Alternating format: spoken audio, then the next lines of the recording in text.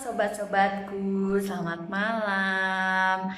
Hari ini tadi barusan saya baru selesai membacakan parita atau biasanya kita sebut kebaktian itu di rumah sendiri ya, apa adanya. Nah, berhubung saya habis kebaktian, saya keinget ingin menjelaskan tentang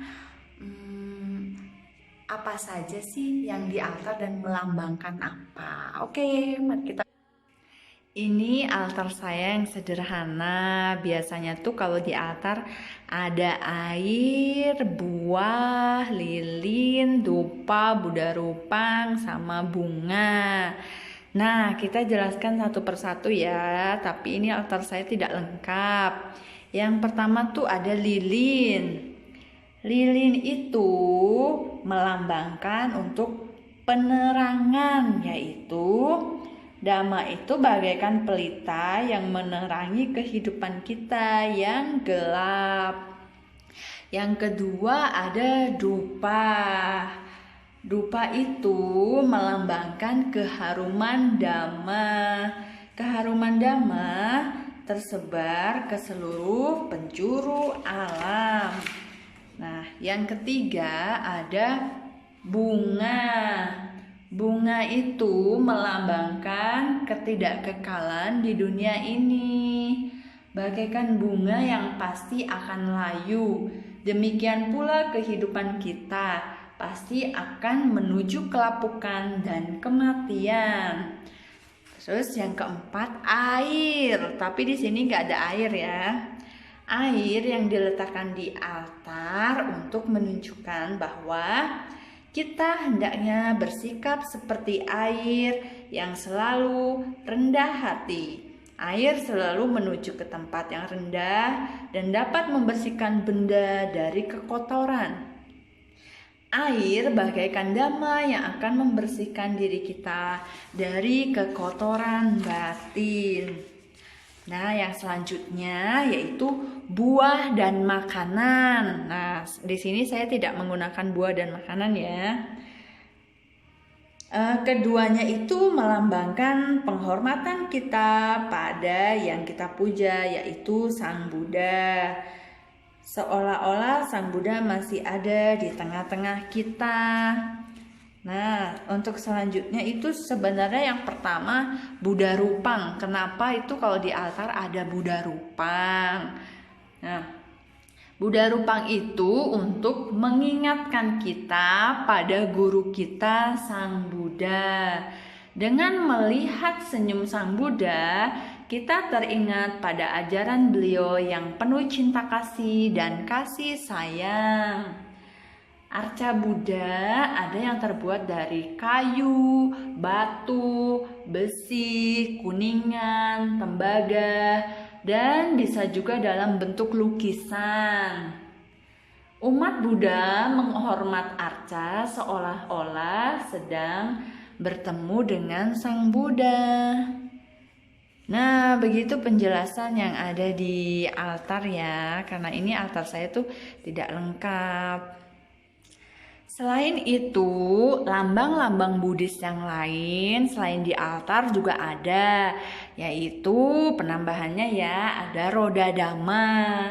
Roda Dhamma itu berbentuk roda dengan 8 jari-jari.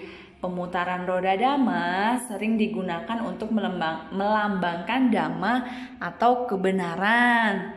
Selanjutnya ada bendera Buddhis, bendera dengan 6 warna. Oleh karena itu disebut Cabana Ramsi atau panji 6 warna yang terdiri dari biru melambangkan bakti, kuning melambangkan bijaksana, merah melambangkan cinta kasih, putih melambangkan kesucian, oranye melambangkan aktif dan giat. Campuran kelima warna atau biasanya jingga melambangkan aura, sinar dari tubuh Sang Buddha. Selanjutnya stupa. Ini stupa biasanya yang ada di Candi Borobudur ya. itu berbentuk lonceng terbalik. Pada zaman dahulu, stupa ini menyimpan abu jenazah para raja. Sekarang bisa digunakan untuk menyimpan relik sisa pembakaran jenazah dari mereka yang telah mencapai kesucian. Selanjutnya, Siripada berupa jejak tapak kaki Sang Buddha, mengandung makna ikutilah jejak langkahku. Nah, yang sering terkenal itu lambangnya adalah teratai.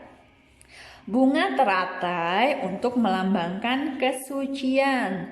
Meskipun tumbuhnya di kolam yang berlumpur, namun teratai tidak terkotori oleh lumpur. Teratai selalu bersih. Nah, itu dia sobat-sobat, lambang-lambang dalam agama Buddha. Jadi, jika kita tidak mengetahui, maka kita akan berpengertian salah. Nah, selanjutnya tuh kalau dupa, arti kita menancapkan dupa itu simbolnya yang tadi disebutkan itu untuk melambangkan keharuman dhamma. Jadi kenapa ada 3? Biasanya kalau tradisi Tionghoa tuh dupanya ada 18 ya, kalau nggak salah 18 atau 9 gitu ya. Tapi kalau misalnya Theravada atau ya, kenapa orang sering pakai ada cuma 3? 3 itu melambangkan yaitu Buddha, Dhamma, dan Sangha simbolnya. Tapi kalau tidak mau pakai 3, misalnya pakai 2, apakah boleh? Nah, sebelumnya saya sudah dengerin ceramah dari Bante. Kalau misalnya 2 itu boleh juga, yaitu melambangkan Buddha dan Dhamma. Tapi kalau misalnya 1 aja gimana? Kalau 1 juga nggak apa-apa, boleh, yaitu melambangkan Buddha saja. Tapi kalau misalnya tidak pakai dupa gimana? Ya sebenarnya sih nggak apa-apa ya.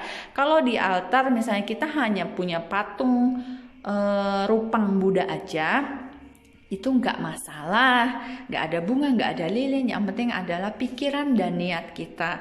Bagaimana kalau tidak ada altar semuanya? Apakah kita boleh baca parita? Kalau menurut saya sih tentu saja boleh. Soalnya kita kalau mau tidur aja diharapkan untuk baca parit. Oke sobat, demikian tadi penjelasan singkat mengenai altar dan lambang-lambang Buddhis. Juga tentang dupa, kenapa ada 3 dupa, 2 dupa, dan 1 dupa, atau tidak pakai dupa sama sekali. Sebenarnya itu nggak masalah ya, yang penting adalah pikiran kita terarah dengan benar dan niat kita membaca parita juga. Oke, terima kasih sudah mendengarkan. Nanti lain kali semoga saya bisa menjelaskan hal-hal yang bermanfaat. Oke, terima kasih. Selamat malam. Bye.